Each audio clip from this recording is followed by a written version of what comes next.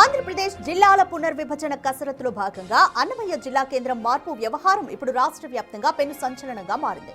రాయచోటిని జిల్లా కేంద్రం హోదా నుంచి తప్పించి మదనపల్లెను కొత్త హెడ్ క్వార్టర్స్ గా ఖరారు చేస్తూ ప్రభుత్వం తీసుకున్న నిర్ణయం సొంత పార్టీ మంత్రులోనే తీవ్ర అశాంతిని రేకెత్తించింది. అన్నమయ్య జిల్లా కేంద్రం మార్పుపై కేబినెట్ లో చర్చ జరుగుతున్న టైంలోనే రాయచోటి ఎమ్మెల్యే మంత్రి మండపల్లి రాంప్రసాద్ రెడ్డి తీవ్ర భావోద్వేగానికి లోనయ్యారు. తన నియోజకవర్గ ప్రజలకు జిల్లా కేంద్రం హోదాను దూరం చేయడంపై ఆయన కన్నీటి పర్యంతమయ్యారు. అయితే మంత్రి ఆవేదనను గమనించిన ముఖ్యమంత్రి చంద్రబాబు నాయుడు వెంటనే స్పందించారు. రాంప్రసాద్ రెడ్డిని తన వద్దకు పిలిపించి గంటన్నర పాటు సుదీర్ఘంగా చర్చించారు. రాజంపేట వాసులు కడప జిల్లాను, రైల్వే కోడూరు వాసులు తిరుపతి జిల్లాను కోరుకుంటున్న నేపథ్యంలో పరిపాలనా సౌలభ్యం కోసమే రాయచోటిని మార్చక తప్పలేదని సీఎం వివరించారు. రాయచోటిని జిల్లా కేంద్రం హోదా నుంచి తప్పించినప్పటికీ ఆ ప్రాంత అభివృద్ధి బాధ్యత తనదేనని మంత్రికి భరోసా ఇచ్చారు. రాయచోటికి ప్రభుత్వ medical college, university PG centre మంజూరు చేస్తానని హామీ ఇచ్చారు. ఆయనతో కూడా మాట్లాడించే ప్రయత్నం చేద్దాం.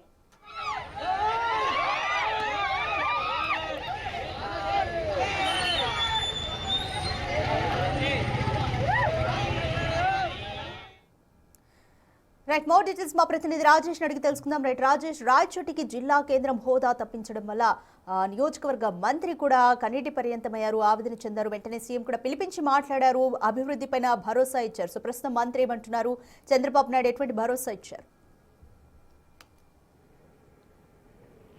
ఎందుకంటే నిన్న రాయచోటి కేంద్రాన్ని మదనపల్లికి మార్చడం పట్ల మంత్రి మండిపల్లి రాంప్రసాద్ రెడ్డి కొంత భావోద్వేగం గురయ్యారు, కన్నీళ్లు కూడా పెట్టుకున్నటువంటి పరిస్థితి. ఈ నేపథ్యంలో ఆయన్ని స్వయంగా ముఖ్యమంత్రి చంద్రబాబు నాయుడు సీఎంఓ కార్యాలయం పిలిపించుకుని దాదాపు 40 నిమిషాల పాటు ఆయనతో మాట్లాడారు. రాయచోటికి అభివృద్ధికి అన్ని విధాలా సహకరిస్తామని ముఖ్యమంత్రి చంద్రబాబు మండిపల్లికి హామీ ఇవ్వడం జరిగింది. అంతేకాదు కొన్ని కీలక హామీలు కూడా రాయచోటికి చంద్రబాబు ఈ సందర్భంగా ప్రకటించారు. రాయచోటికి మెడికల్ కాలేజీతో పాటు యూనివర్సిటీ పీజీ సెంటర్ను కూడా ఇస్తామని చెప్పారు. వాటితో పాటు ఏ నిధులు కావాలి, అభివృద్ధికి సంబంధించినటువంటి ఏ నిధులు కావాలి, ఎలాంటి ప్రణాళికలతో వస్తారో తీసుకురావాలంటూ చంద్రబాబు మండిపల్లిని చెప్పడం జరిగింది. అన్ని నిధులు కూడా ఇస్తామని కూడా చంద్రబాబు చెప్పారు.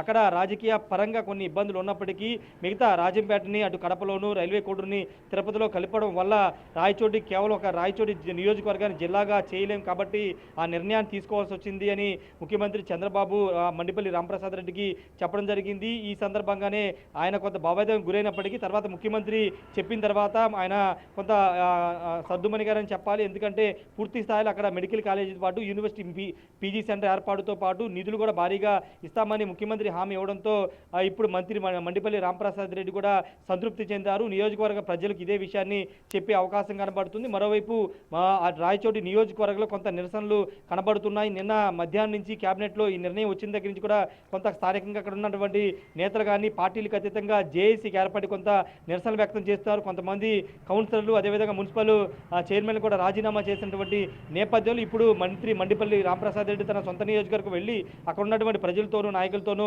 మాట్లాడే అవకాశం కూడా కనబడుతుంది. ఏదేమైనప్పటికీ రాయచోటి జిల్లా కేంద్రంగా లేకపోవడం అనేది మంత్రిగా ఉండి నిలబెట్టలేకపోయారని ఒక విమర్శని మంత్రి మండిపల్లి రాంప్రసాద్ రెడ్డి ఎదుర్కొంటున్న నేపథ్యంలో ఇప్పుడు ప్రభుత్వ పరంగా స్వయంగా ముఖ్యమంత్రి కొన్ని హామీలు ఇవ్వడం, కీలకమైనటువంటి medical college, university PG centre కూడా రాయచోటి కేటాయిస్తామని చెప్పిన నేపథ్యంలో కొంత ప్రజలు చల్లారే అవకాశం కూడా కనబడుతుంది. ఎందుకంటే జిల్లా కేంద్రంగా ఉంటే ఖచ్చితంగా డెవలప్మెంట్ జరుగుతుంది, కానీ అంతకంటే ఎక్కువ నిధులు రాయచోటికి ఇస్తాము, అభివృద్ధి చేస్తామని ముఖ్యమంత్రి స్వయంగా చెప్పిన నేపథ్యం, medical college, university PG centre కూడా ఇస్తామని చెప్పిన నేపథ్యంలో అక్కడ ప్రజలు కూడా చల్లారే అవకాశం కనబడుతుంది. ఇప్పుడు మంత్రి మండిపల్లి రాంప్రసాద్ రెడ్డి అక్కడ నియోజకవర్గ ప్రజలతో ప్రత్యేకంగా సమావేశం అయ్యే అవకాశం కనబడుతుంది. పార్టీలు అతీతంగా అందరినీ పిలిపించి మాట్లాడే అవకాశం అయితే కనబడుతుంది. ప్రస్తుతానికైతే నిన్న ఆయన కొంత భావోద్వేగానికి గురి, కొంత అసంతృప్తిలో ఉన్నప్పటికీ తర్వాత ముఖ్యమంత్రితో మాట్లాడిన తర్వాత ఆయన మీడియాతో కూడా మాట్లాడారు. ముఖ్యమంత్రి నిర్ణయాన్ని గౌరవిస్తున్నాను, ప్రజల సౌలభ్యం కోసం ఇతర నియోజకవర్గాలని పరిగణలో తీసుకుని ముఖ్యమంత్రి నిర్ణయం తీసుకున్నారు. రెండోది రాయచోటిని తన గుండెల్లో పెట్టుకుంటామని ముఖ్యమంత్రి చెప్పారు.